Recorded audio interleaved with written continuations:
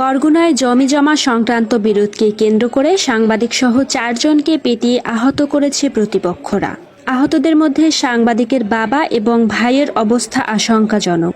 মঙ্গলবার বেলা ১১টার দিকে ধুপতি এলাকায় এ ঘটনা ঘটে।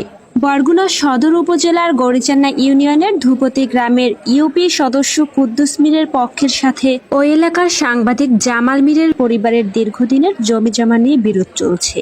এ নিয়ে আদালতে মামলা চলমান রয়েছে। মঙ্গলবার বেলা ১১টার দিকে বিরোধপূর্ণ জমিতে জোর করে চাষাবাদ করতে গেলে বাধা দেন সাংবাদিক জামাল মীরের বাবা মা ও ভাই। এ সময় কুদ্দুস মীর সহ তার লোকজন দেশি অস্ত্র ও লাঠিসোঁটা নিয়ে হামলা চালায়। হামলায় জামাল মীরের বাবা মা ও ভাই আহত হন। পরে ঘটনাস্থলে পৌঁছালে সাংবাদিক জামাল মীর নিজেও প্রতিপক্ষদের হামলার শিকার হন।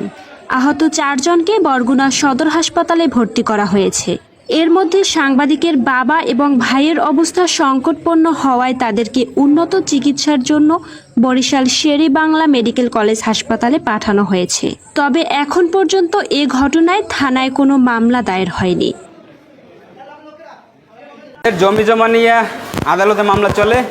তো মামলার মধ্যে যারা বিরোধী পক্ষ বর্তমান রানিং মেম্বার কুদ্দুস মীর এবং অবসরপ্রাপ্ত প্রধান শিক্ষক প্রাইমারি প্রধান শিক্ষক বাবুল মীর, তারা আমাদের জমিজমা জোরপূর্বক বিগত প্রায় ৫০ বছর ধরে জমিজমা খাচ্ছে। এখন আবার এই যে আমাদের আদালতে মামলা চলতেছে, আদালতের কিছু নিষেধাজ্ঞাও আছে, সেখানে তারা জোর করিয়া বীজ রোপণের জন্য গেছে। তা আমার আত্মীয় স্বজন, আমার আব্বা মা ভাই ওখানে যাওয়ার পরে বাধা দিলে তারা দাও এবং লাঠিসোঁটা দিয়ে মারামারি করে এবং আমার মায়ে আহত হয়েছে, বাবা মুমূর্ষ, ছোটো ভাই মাথা ফেটে সেটাও মুমূর্ষ। তা আমরা এখন এরপরে থানা থেকে পুলিশ যায়, পুলিশ যে ওখানে কী করছে আমরা জানি না। আমাদের রুগী নিয়ে আমরা এখন এখানে আসি বরগুনা হাসপাতালে।